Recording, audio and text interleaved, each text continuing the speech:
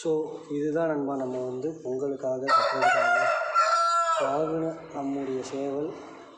சரிங்களா, இது வந்து பார்த்திங்கன்னா கோழி செங்கருப்பு. சரிங்களா, முழுசாக கோழிக்கு தான் வரும், கோழி மயில்னு சொல்லுவாங்க. சரிங்களா, ஃபஸ்ட்டு வந்து இது வந்து ஒரு சேவல் எடுக்கிறீங்க அப்படின்னா அதோடைய முக அமைப்பு. சரிங்களா, முக அமைப்பு வந்து மேக்ஸிமம் வந்து குட்டியாக இருக்கிற மாதிரி பார்த்துக்கோங்க. சரிங்களா, முகம் வந்து கனமாக இருக்கக்கூடாது, குட்டியாக இருக்கிற மாதிரி பார்த்துக்கோங்க. அதே மாதிரி கொஞ்சம் மூச்சு வாங்குங்க. சரிங்களா, அடுத்து வந்து சேவலுடைய பூ அமைப்பு வந்து எப்படி இருக்குது அப்படின்னு சொல்லி பார்க்கணும். சேவலுடைய கண்ணை வந்து மறைக்காத அளவுக்கு இருக்கணும். ஏன்னா கண்ணை மறைச்சிச்சு அப்படின்னா அது சண்டை போடும்போது அதோட எதிர் சேவலை வந்து பார்க்க முடியாத நிலைமைக்கு போயிடும்.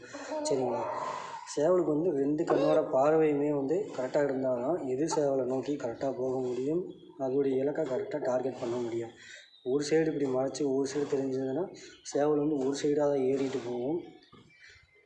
அதுக்கு பக்கத்தில் அதுக்கு ஆப்போசிட்டில் என்ன இருக்குது அப்படின்னு சொல்லி அதாவது கரெக்டாக தீர்மானம் பண்ண முடியாது. சரிங்களா, சேவலுடைய பூ அமைப்பு வந்து எப்படி இருக்குது அப்படின்னு சொல்லி அதை வந்து கரெக்டாக பார்த்துக்கணும். அடுத்து வந்து சேவலுடைய தாடை வந்து கரெக்டாக இருக்கா, அந்த சேவலோட முகத்துக்கு தகுந்த மாதிரி இருக்கா இல்லை அறுக்கணுமா அப்படிங்கிறத பார்த்துக்கோங்க. ஒரு சில சேவலுக்குலாம் வந்து நல்லா தொங்கும். அந்த மாதிரி தொங்குச்சு அப்படின்னா வந்து சேவலை வந்து ஆப்போசிட் சேவல் கோத்து பிடிச்சி அடிக்க நிறையா வாய்ப்பு இருக்குது. அதனால் கத்தி காயம் வந்து வலுவாக விழுகிறதுக்கு அதிகபட்சம் நிறையா வாய்ப்பு இருக்குது. சரி, ஒரு சேவலை வந்து இந்த சேவல் கோத்து பிடிச்சிச்சுனாவே பிடிச்சி சாத்தி விட்டுரும். அதனால் அதை கொஞ்சம் கரெக்டாக செக் பண்ணிக்கோங்க. அதே மாதிரி கோழியுடைய வால் ஃபினிஷிங். சரிங்களா, வாலில் வந்து ஏதாச்சும் ஒரு பொங்கு ஏதாச்சும் விழுந்திருக்கா இல்லை எல்லா வாலும் கரெக்டாக இருக்கா அப்படின்னு சொல்லி பாருங்கள். கோழி நீங்கள் வந்து வாலை பிடிக்கும்போது கருன்னுச்சுன்னா ஏதாச்சும் அடிபட்டிருக்கும் வாலில், அதையும் வந்து செக் பண்ணிக்கோங்க. வால் வந்து கரெக்டாக இருக்கணும். இந்த ஒரு வால் வந்து கீழே தொங்கிட்டு இருக்கிறது, ஒரு வால் மேலே தூக்கிட்டு இருக்கிறது, அந்த மாதிரிலாம் கூட ஒரு சேவலோட வால்னால் ஈவனாக ஃபினிஷிங்காக இருக்கணும். இந்த மாதிரி ஓகேங்களா, அதை வந்து கரெக்டாக பார்த்துக்கோங்க. அதே மாதிரி சேவலுடைய ரெக்கை அமைப்பு வந்து இந்த மாதிரி இருக்கணுங்க. சரிங்களா, எந்த ஒரு கேப்பும் விழுகாமல் கரெக்டாக இருக்கணும். இந்த மாதிரி இருக்கணும். இந்த மாதிரி இருந்தால்தான் அதால் ஃப்ரீயாக வந்து பறக்க முடியும். இங்கிட்டு ஒரு 4 ரெக்கை, அங்கிட்டு ஒரு 4 ரெக்கை உடஞ்சிருந்துச்சுன்னா சேவலால் வந்து ஒழுங்காக பறக்க முடியாது. அந்த இடத்துல அடிபட்டாலும் கோழிக்கு வந்து வலி இருக்கும். அந்த வலி வந்து உண்டாச்சு அப்படின்னா ஒரு சில கோழிகள் வந்து பயப்பட நிறையா வாய்ப்பு இருக்குது. அதை வந்து தெளிவாக பார்த்து எடுங்க. சரிங்களா, அதே மாதிரி கோழியுடைய உடல் அமைப்பு. சரிங்களா, அது வந்து டபுள் பாடியாக இருக்கா சிங்கிள் பாடியாக இருக்கா அப்படின்னு சொல்லி பார்த்துக்கோங்க. சரிங்களா, அது வந்து கரெக்டாக பார்த்துக்கணும். அடுத்து வந்து பார்த்திங்கன்னா சேவல் வந்து நெஞ்சுக்கூடு வந்து இந்த மாதிரி கொஞ்சம் அகலமாக இருக்க மாதிரி பார்த்துக்கோங்க, ஒட்டி இருக்கிற மாதிரி வேண்டாம்.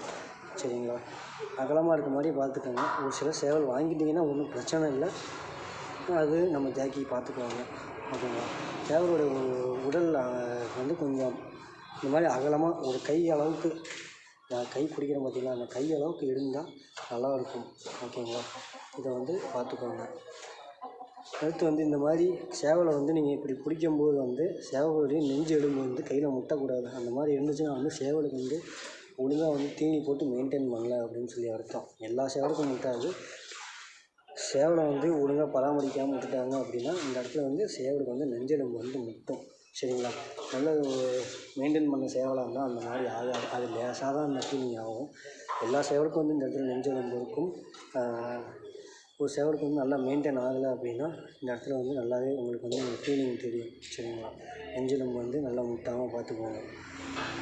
ஏன் வந்து அது சொல்கிறேன் அப்படின்னா இந்த மாதிரி கனமாக இல்லை அப்படின்னா சேவல் வந்து டக்குன்னு காயமாச்சுன்னா வந்து டக்குன்னு வந்து கட்டில் வந்து சோறுறதுக்கு நிறையா வாய்ப்பு இருக்குது. அதுக்காக தான் சொல்கிறேன். அண்ட் அடுத்தது வந்து என்ன அப்படின்னா சேவலுடைய கால் வந்து இந்த இடத்துல வந்து நல்லா பார்க்க கற்றுக்கணும். நல்லா தொட்டு பாருங்கள். இந்த மாதிரி தொட்டு பார்க்கும்போது வந்து சேவல் வந்து கால் வந்து பிடிக்கக்கூடாது. பிடிச்சிது அப்படின்னா காலில் வந்து ஆணி இருக்குது அப்படின்னு சொல்லி அர்த்தம். அதே மாதிரி அந்த இடத்துல வந்து இந்த இடத்துல தான் வந்து சேவலுங்களுக்கு மேக்ஸிமம் வந்து ஆணி வரத்துக்கு 99% வாய்ப்பு. காரணம் வந்து என்ன அப்படின்னா நல்லா அதுங்க வந்து மேலேருந்து குதிக்கும். குஞ்சுலேருந்தே அந்த காயம் இருக்குது, பட் பார்க்காம விட்டுருப்பாங்க. இந்த இடத்துல வந்து ஏன்னா இந்த இடத்துல தான் வந்து அது ஊனி நடக்கும். சரிங்களா? இப்போ விரல்ல ஊனி நடக்காதான் தயவு செஞ்சு காமெடி பண்ணாதீங்க. மேக்ஸிமம் வந்து ப்ரெஷர் வந்து இந்த இடத்துல கொடுத்து தான் ஈவன் பண்ணும். அதனால தான் சொல்கிறேன். சரிங்களா? இந்த இடத்துல வந்து நல்லா தொட்டு அமுத்தி பாருங்கள். காலில் வந்து ஆணி இருக்கா என்ன இல்லையா அப்படின்னு சொல்லி உங்களுக்கு வந்து தெரிஞ்சிடும். ஆணி இருந்துச்சு அப்படின்னா சேவலுக்கு வந்து கத்தி போட்டுச்சு அப்படின்னா கத்தி போட்டோன்னே அதால் வந்து பறந்து சண்டை போட முடியாது. அந்த ஒரு காரணத்தை மனசில் வச்சுக்கிட்டு சேவல் வாங்கும்போது கரெக்டாக வந்து பார்த்துக்கோங்க. அடுத்து வந்து என்ன சொல்கிறது, அதே மாதிரி இந்த முள்ளெல்லாம் அறுத்துருக்காங்களா, அறுத்துருந்தாங்கன்னா ஏன் அறுத்துருக்காங்க அப்படின்னு சொல்லி கால் முள். சரிங்களா? இந்த முள் தெரியும்னு நினைக்கிறேன். இந்த முள் வந்து அறுத்துருக்காங்களா இல்லை வந்து சீவி விட்டுருக்காங்களா என்ன ஏதுன்னு சொல்லி பார்த்துக்கோங்க. சரிங்களா? இதெல்லாம் வந்து கொஞ்சம் கவனமாக பார்த்துக்கணும். அதே மாதிரி ஒரு வருஷத்து பட்டாக்கு வந்து முள் வந்து எவ்வளோ தூரம் தடிச்சிருக்கு அப்படின்னா இதுலேயே வந்து லைட்டாக ஒரு நூல் தான் வெளியில் வந்துருக்கும். ஒரு வருஷத்து பட்டாக்கு அது ஒரு 1.5 வருஷம் தான். அது இன்னும் கொஞ்சம் கொஞ்சமாக வந்து சேவலுடைய வயசு ஏற ஏற இந்த முள்ளுடைய வளர்ச்சி வந்து அதை காட்டி கொடுக்கும். சரிங்களா? இது வந்து எத்தனை வருஷம் சேவல் அப்படின்னு சொல்லி தெரிஞ்சிடும். அடுத்ததாக வந்து சேவலை வந்து சண்டை வச்சு பார்க்கணும். சரிங்களா?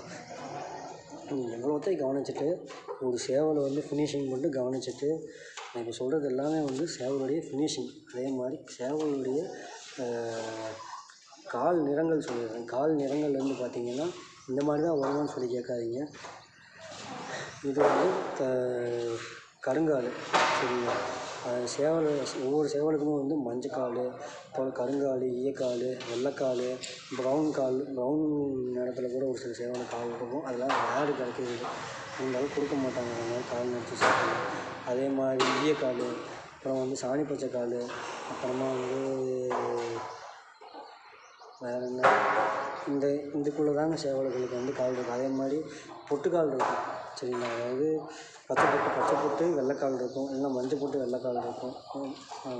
பச்சை பொட்டு வெள்ளைக்கால், பச்சை பொட்டு மஞ்சக்கால் இருக்கும். சரிங்களா? இல்லைன்னா கரும்பச்சை இருக்கும். அந்த மாதிரி ஒரு சில சேவல்கள்லாம் இருக்குது. அதுவும் நம்மக்கிட்ட இருக்குது. இந்த வீடியோ வந்து ரொம்ப லென்த்தாக போகுது. ஸோ அதனால் முடிச்சுக்கிறேன். அதே மாதிரி கண் வந்து பார்த்திங்கன்னா உங்களுக்கே தெரியும். இது வந்து மச்சக்கண் அப்படிம்பாங்க. சரிங்களா? அடுத்து வந்து இதுலேயே வந்து சுத்தமாக கண் கருகருன்னு இருக்கும். அந்த மாதிரி இருக்குது. அப்புறமா வந்து கண் வந்து வெள்ளிக்கண் அப்படிம்பாங்க. அது நார்மலாக எல்லா கோழிக்கும் வர மாதிரி மஞ்சக்கண் வரும். அப்புறம் வந்து வெள்ளிக்கண் எடுக்கிறது வந்து மேக்ஸிமம் வந்து நல்லாயிருக்கும். ஏன்னா கண் வந்து பளிச்சுன்னு இருக்கும். கோழிக்கு பார்க்க நல்லா சூட்டிப்பாக இருக்கும். சூட்டிப்பாக இருக்கிறதுங்கிறத விட ஆப்போசிட் சேவல் நல்லா தெளிவாக பார்க்கக்கூடிய திறன் அதுங்களுக்கு இருக்குது. அதே மாதிரி கவுளில் வந்து பார்த்திங்கன்னா வெள்ளை கவுள் இருக்குது. கவுள்னால் வந்து இந்த மூக்கு சொல்லுவாங்க. அதான் வந்து கவுள். சரிங்களா? இதில் வந்து பார்த்திங்கன்னா வெள்ளை மூக்கு இருக்குது, மஞ்சள் மூக்கு இருக்குது, கருமூக்கு இருக்குது. அது ஒவ்வொரு ப்ரௌன் மூக்கு இருக்குது. தொண்டை நிறத்தெல்லாம் வந்து பார்த்திங்கன்னா வந்து இந்த கவுளில் வந்து ப்ரௌன் கலரில் தான் இருக்கும். ஒரு சிலருக்கு வந்து என்னென்னா கருப்பு இல்லைன்னா மஞ்சள் கலரில் வர இருக்குது. மேக்ஸிமம் வந்து நான் பண்ணுறதுக்கு வந்து இந்த மாதிரி ப்ரௌன் நிறத்தில் வந்து நான் நிறையா பார்த்துருக்கேன். சரிங்களா? என்கிட்டே ஒன்று இருந்திருக்கு. ஆனால் அது வந்து இப்போ உயிரோடு இல்லை. இது வந்து இறந்துருச்சு. இருந்திருந்தால் நான் அதோட அவ்வளோ காமிச்சிருப்பேன். பட்டு அது போயிடுச்சு. இது எல்லாமே இப்போ நீங்கள் வந்து பார்த்துட்டீங்க. உங்களுக்கு வந்து ஃபுல் அண்ட் ஃபுல் சாட்டிஸ்ஃபை ஆகிடுச்சு அப்படின்னா சேவலை எடுத்துகிட்டு போய் முதல்ல சண்டை வச்சு பாருங்கள். சேவலை வந்து பார்த்து கையில் பிடிச்சி திருப்தி ஆனதுக்கப்புறமா சேவலை வந்து சண்டை வைங்க. ஏன் வந்து இதெல்லாம் சொல்லிவிட்டு கடைசியாக வந்து சண்டை வைக்க சொல்கிறேன் அப்படின்னா எடுத்தோன்னே போய் சண்டை வச்சிங்க அப்படின்னா சண்டை வச்சு உங்களுக்கு வந்து அது பிடிக்காமல் போச்சு அப்படின்னா சேவலுடைய ஸ்ட்ரென்த்து வந்து வேஸ்ட்டாக போயிடும். நீங்கள் வந்து பிடிச்சி பார்த்து உங்களுக்கு பிடிச்சிருந்துச்சி எல்லாமே உங்களுக்கு ஓகே, கோழி வந்து 99% நான் எடுக்க போகிறேன், சண்டை மட்டும் நான் பார்த்துட்டு ஓகே நான் சேவல் எடுத்துக்கிறேன் அப்படிங்கிற பட்சத்தில் மட்டும் கோழிகளை வந்து எடுத்து சண்டை வைங்க. சும்மா அதாவது புதுசாக வளர்க்குற நண்பர்கள் வந்து என்ன பண்ணுவாங்க அப்படின்னா எடுத்தோன்னே நான் சண்டை வைங்கண்ணா, அப்புறம் நான் போய்ட்டு பார்த்துக்கிறேண்ணா அப்படிம்பாங்க. ஸோ அந்த தப்பை வந்து செய்யாதீங்க. ஃபஸ்ட்டு நீங்கள் எடுத்து பார்த்து உங்களுக்கு மனதுக்கு திருப்தி ஆனதுக்கப்புறம் நீங்கள் வந்து சேவல் எடுத்து சண்டை வைங்க. கண்டிப்பாக வந்து கோழி வந்து விற்பனை செய்கிற நண்பர்கள் வந்து கேட்டிங்கன்னா சண்டை வைக்க மாட்டேன் அப்படின்னு சொல்லி சொல்ல மாட்டாங்க. உங்களுக்கு என்னென்ன பிடிச்சிருக்கோ கண்டிப்பாக வந்து சண்டை வச்சு காமிச்சு தான் வந்து கடத்துகிற நண்பர்கள் வந்து கொடுப்பாங்க. சரிங்களா? அப்போ இன்னொருத்தர் வந்து கேட்டிருந்தார், என்ன அப்படின்னா இன்ஸ்டாகிராமில் வந்து சொல்லியிருந்தார். என்ன அப்படின்னா வந்து இப்போ வந்து என்கிட்ட வந்து நான் கட்டுத்தர போயெல்லாம் எடுக்கிற மாதிரி இல்லை. அப்போ வந்து என் ஃப்ரெண்டுக்கிட்ட தான் இருக்குது. ஆனால் அவங்ககிட்ட ஒரே ஒரு சேவல் தான் இருக்குது. பட்டு சண்டை வச்செல்லாம் பார்த்து எடுக்க முடியாது ப்ரோ. நண்பர்கள் வந்து அவங்கக்கிட்டே கேட்டு தெரிஞ்சுக்கோங்க.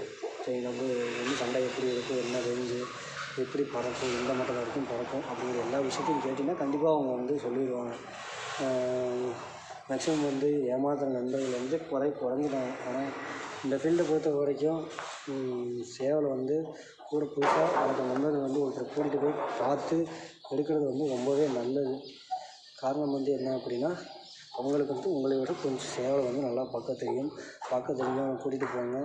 நீங்களும் அவங்ககிட்ட கேட்டு கற்றுக்கோங்க. நான் சொல்கிறது எல்லாமே வந்து நீங்கள் ஃபீல்டில் வந்து பார்த்தா தான் உங்களுக்கு வந்து நான் என்ன சொல்ல வந்தேன் அப்படிங்கிறது வந்து உங்களுக்கு புரியும். சரிங்களா? நீங்கள் ஒன்றும் பிரச்சனை இல்லை. நீங்கள் வந்து சும்மா உங்கள்கிட்ட மேய்ஞ்சிட்டு இருக்கிற சேவலே வந்து எடுத்து கையில் பிடிச்சி பாருங்கள். அப்போவே வந்து உங்களுக்கு ஒரு ஐடியா கிடச்சிடும். சேவல் வந்து இப்படி தான் பார்க்கணும் மாட்டிருக்கு அப்படின்னு சொல்லி கொஞ்சம் பாஸ் பண்ணி வச்சு பாருங்கள். கண்டிப்பாக வந்து நான் சொல்கிற விஷயம் வந்து உங்களுக்கு கண்டிப்பாக புரியும். நெக்ஸ்ட் வீடியோ வந்து என்ன பண்ணலாம் அப்படிங்கிறத வந்து நீங்கள் கமெண்ட் பண்ணி சொல்லுங்கள். நான் வந்து அதுக்கு வீடியோ பண்ண முடியுமா அப்படின்னு சொல்லி நான் பார்க்குறேன். கண்டிப்பாக நான் ட்ரை பண்ணுறேன். இனி தொடர்ந்து நம்ம வந்து வீடியோ போடுவோம். சரிங்களா? என்னுடைய எஃபர்ட்டை நான் தரேன். நீங்களும் உங்களுடைய சப்போர்ட்டை கொடுங்க. அண்ட் தேங்க்ஸ் ஃபார் வாட்சிங்.